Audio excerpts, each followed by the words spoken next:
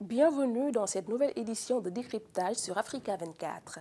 Le Gabon, acteur historique de la production pétrolière en Afrique centrale, s'engage depuis plusieurs années dans une transformation profonde de son secteur extractif.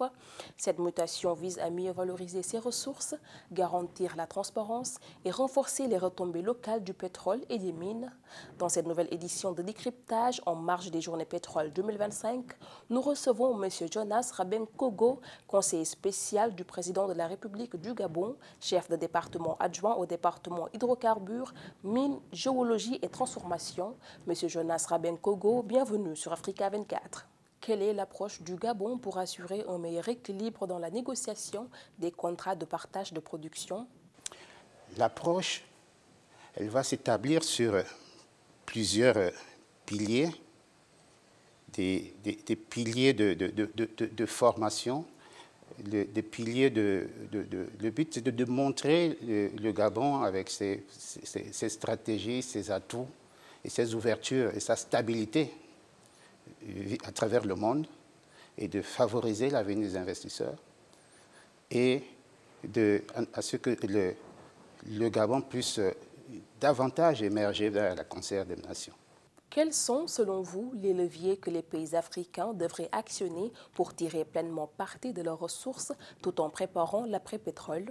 L'après-pétrole, on en parle déjà depuis des années antérieures, c'est de favoriser le secteur de la transformation.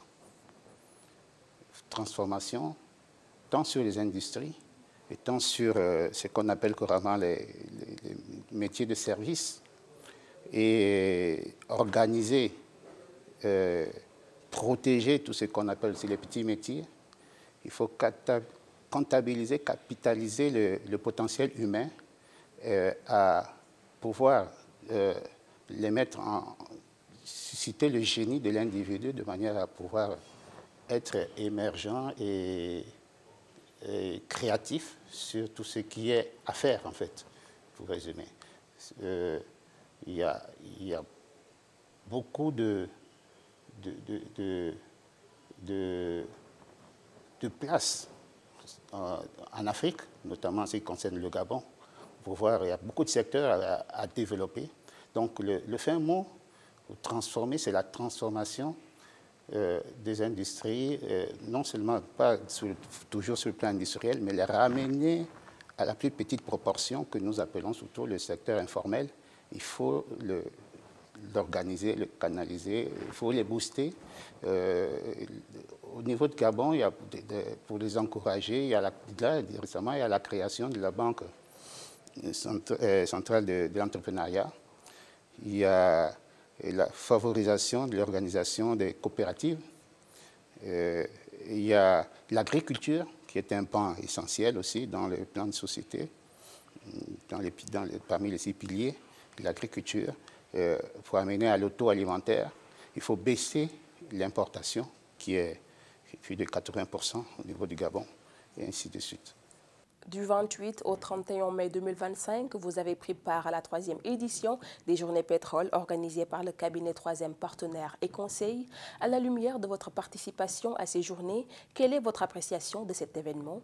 Je partirai avec la foi et la confiance que nous sommes sur le chemin, l'Africain. Le chemin du savoir, le chemin de l'imposition. Il faut savoir que je me reconnais un panafricain dans le sang, mais à notre manière, à la gabonaise. Je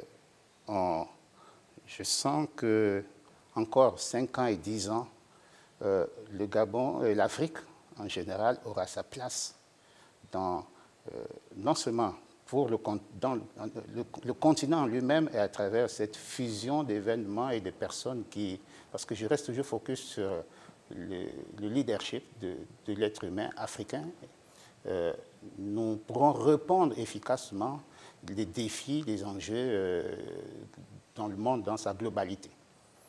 Voilà. C'est aussi la partie, il y a une partie formation, parce qu'il faille que ça puisse se développer et que ça soit quelque chose de permanent de fusionnel et à travers l'idée de troisième, le concept de troisième partenaire et autres, qu'on ait des troisièmes partenaires à travers chaque pays d'Afrique. Que ça soit, et que ça puisse, je le vois, que ça puisse être intégré même dans les programmes communautaires. Hein, mais chacun a sa proportion, mais l'idée finale doit être la même. Monsieur Jonas Rabin-Kogo, merci d'avoir répondu à notre invitation. Chers téléspectateurs, merci de nous avoir suivis. Retrouvez votre programme en replay sur MyAfrica24 et africa24tv.com.